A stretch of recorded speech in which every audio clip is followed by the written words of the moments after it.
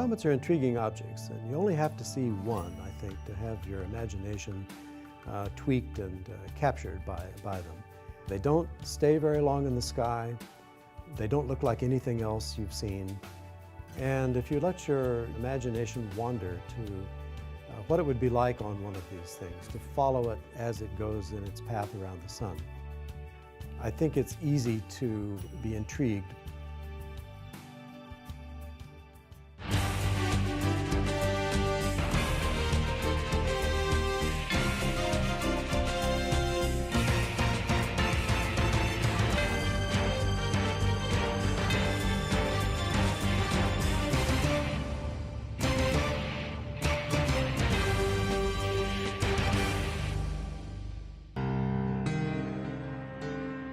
Comets over the years have tended to bother people quite a lot. Superstitious people have been quite annoyed and concerned and made afraid by appearances of comets. They interrupt the regular progression of the clockwork heavens. It wasn't planned, it wasn't expected, and in a few days it's gone. Well, we've gotten past that. Comets are refugees from the outer solar system.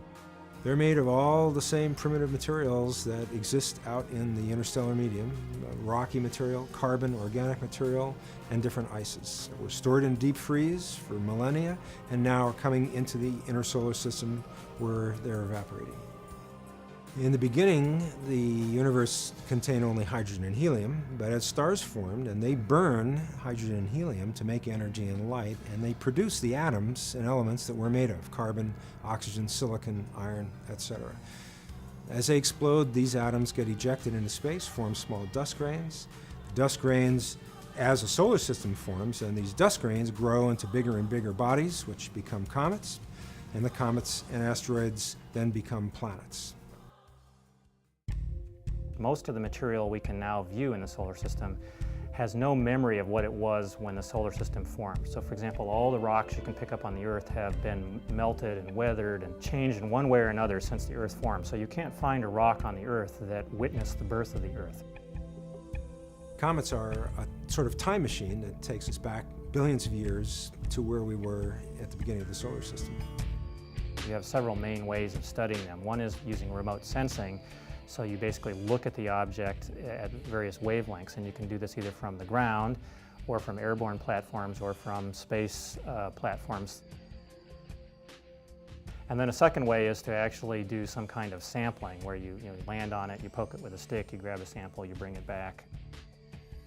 Scientists at Ames have played a role in the remote sensing observations of comets using both ground-based telescopes and the Kuiper Airborne Observatory. The very first discovery of water in a comet was from the Ames C-141 aircraft. It turns out it's very hard to observe water from the Earth because there's so much water in the atmosphere. So that's the advantage of the Kuiper, was to get up above the atmosphere and observe the water. That was why it was first detected from the Kuiper. We'll have a follow-on to the Kuiper called SOFIA, which is an even bigger aircraft with a much bigger telescope, and it's going to be observing comets and forming protoplanetary nebulae and other kinds of things all over the solar system and all over the galaxy. We have a very active laboratory program for the study of cometary materials from a chemical and from even an electrical and mechanical point of view. We do experiments here, for example, by impacting very high-speed projectiles into blocks of ice to try to understand the nature of icy materials under conditions that occur in space. The chemical work is an attempt to understand the origin of some of the complex molecules that we find in comets. Most of our setups we refer to as cryovac systems, the cryo for cryogenic, because most of the environments we're simulating are very cold. And then we need a vacuum. These interstellar environments have no air, so we have to pump all the air out of the sample chamber. And then the third main criterion we need for a lot of our chemistry is the presence of ionizing radiation. And so we'll have usually something like a UV lamp. So we basically pump the air out of the system, deposit gases which freeze out into an ice, and then give it a suntan. We're also very much involved in spacecraft studies of comets as well. Deep impact, in which a projectile will be fired into the nucleus of a comet, is being studied at Ames by astronomers who will be observing the comet at the time of the impact to see what changes occur on the nucleus and in the coma and in the tail. Deep Impact is actually going to do three things. It will send this probe in, this 900-pound probe, which will take pictures and data on the way in. So we'll get very, very high resolution up very close just before the thing dies as it hits. Secondly, as it hits, it forms this giant crater, and this debris flies up and is collected by the spacecraft. So the spacecraft can measure that material directly. Third thing is, after the crater is formed, the spacecraft can go in closer and map the inside of the crater and see what its configuration is and what materials are there.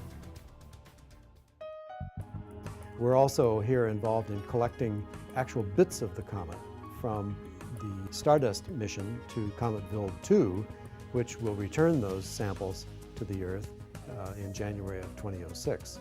I'm a co-investigator on the Stardust mission, and I'll be one of the people who will actually be studying the samples when they get back to us next year. Also, the Ames was involved in the Stardust mission because the return capsule that's bringing the sample back has to survive re-entry through the Earth's atmosphere so we can collect that material. And the ArcJet facility here at Ames did the tests on the ablation material that's used in the sample return canister to make sure that this SRC would be designed in such a way that it would survive and not have the whole thing burn up on re-entry.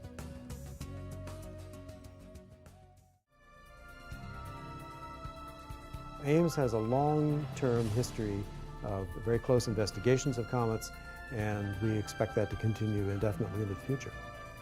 We see comets as giving us a lot of information about human origins, human destiny, and in general a very broad view of life as well as nature itself.